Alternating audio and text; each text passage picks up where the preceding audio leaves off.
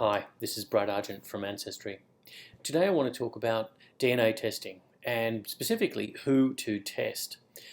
Now I know that it's really exciting to get out there and get that DNA test and you want to take it yourself, and that's perfectly understandable.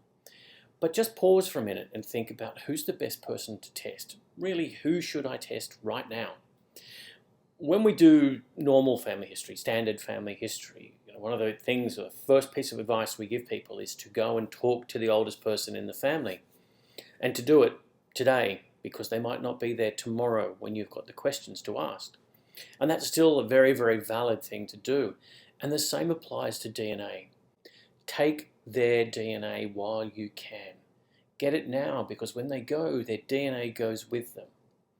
Now, the things to remember about doing that is you've got to be able to get their consent. First, they have to be able to consent and understand what they're doing. It's got to be an informed consent. And they also have to be able to generate the saliva that's required to do the test.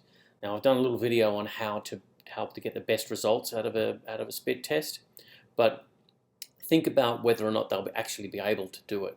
But if you can, get that DNA, because as science improves, as technology improves, we'll be able to draw more and more information from their DNA that will help you unravel that mystery of who you are and where you've come from. And then think about testing your parents. Now, the oldest person in the family might be your parents, or indeed it might actually be you. So think a little bit wider. If you can't test your parents, do they have brothers or sisters? Do you have aunts and uncles still alive? See if you can get them to give you a sample.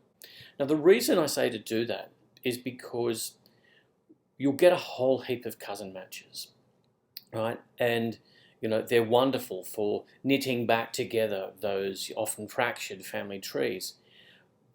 But what you want to know is which side of the family does that cousin come from? Is it from mum's side or dad's side? If you test a parent, what you can do then is look at the shared matches that you've got with that remote cousin. Do they share a match with your mother that you might have tested?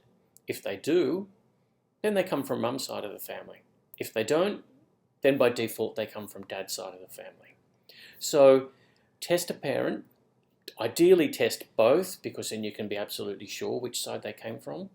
But if you can't test a parent, test an aunt or an uncle, and that might help you break down the mystery of who some of those cousins are. And then, of course, test yourself, test your siblings if you can, because you've got to remember your results are unique to you. Your ethnicity results are your results. They won't be your brother's or your sister's results. They'll be your results. You could be more Scandinavian than them.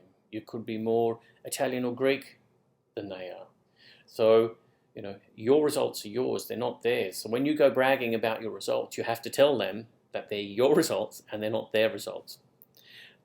But the further you cast your net, the wider you cast your net, the more cousins that you test, the better able you will be to understand some of those matches you've got and where some of those ethnicities came from. Thanks for your time.